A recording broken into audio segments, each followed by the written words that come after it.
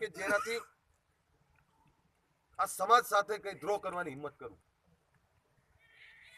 એક ટાઈમ જમું છું, ફેમિલી સાથે ખુશ છું, ઘરેથી સુખી સંપન્ન પરિવારમાંથી છું, છોકરાઓની ચિંતા નહીં કરવાની, બાપ દાદાનું ઘણું બધું છે, જેટલા ટાઈમ કમાવાનું હતું એ કમાઈ લીધું.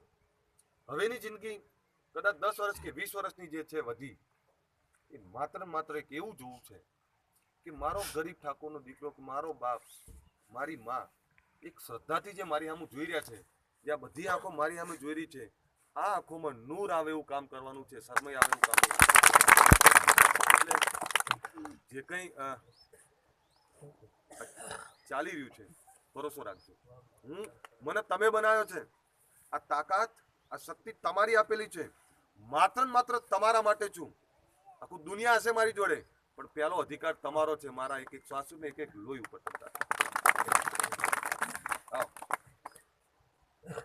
એટલે તમને બધાને આમ તો બેસવા આવતું. રામ રામ.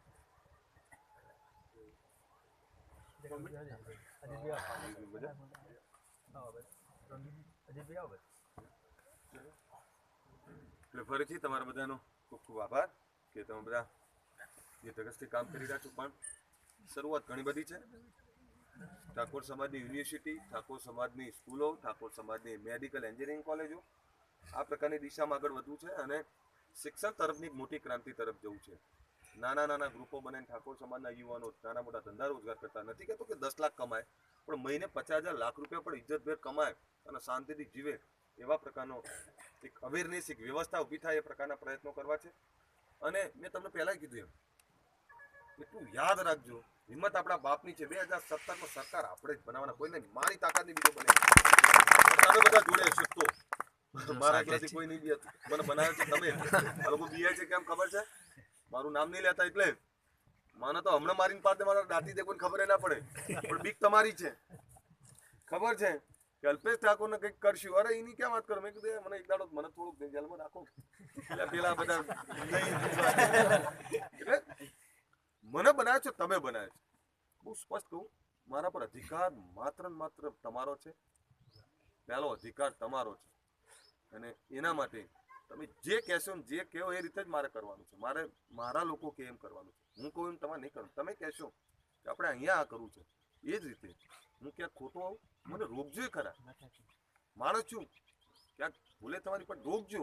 પણ પરિસ્થિતિ એ છે કે સમાજમાં પહેલી વાર આવી સંગઠનની તાકાત ઊભી થઈ.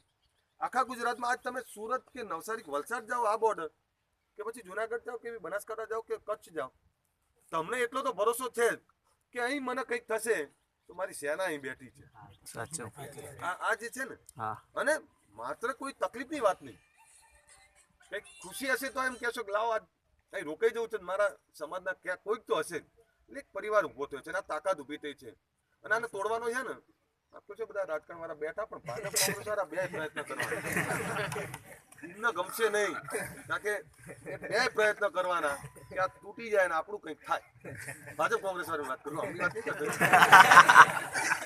તમે કીધું કે ઠાકોર ભાજપમાં કે કોંગ્રેસમાં ઠાકોર જ ચલાવવાનો ના, પણ તમારી જાણ માટે ભાજપ કે કોંગ્રેસના નમાલા ઠાકોરો નહીં ચલાવવાના. જ્યાં પડશે, જો મુખ્યમંત્રી ક્યાં બને તમે એવું માનો? અડધા ભાજપ અને અડધા કોંગ્રેસ, એનાથી મુખ્યમંત્રી બને. જ્યાં પડીએ ત્યાં એક ધારા પડીએ ત્યાં મુખ્યમંત્રી આવે.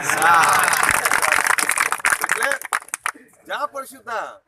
અને સાહેબ તમને કહી દઉં, ભાજપના કોંગ્રેસની બાપની હાડાબારી નહીં રાખવાના, નહીં કરવાની. પણ જ્યાં પડીએ ત્યાં એક ધારા પડશું તો જ કિંમત થાય ને.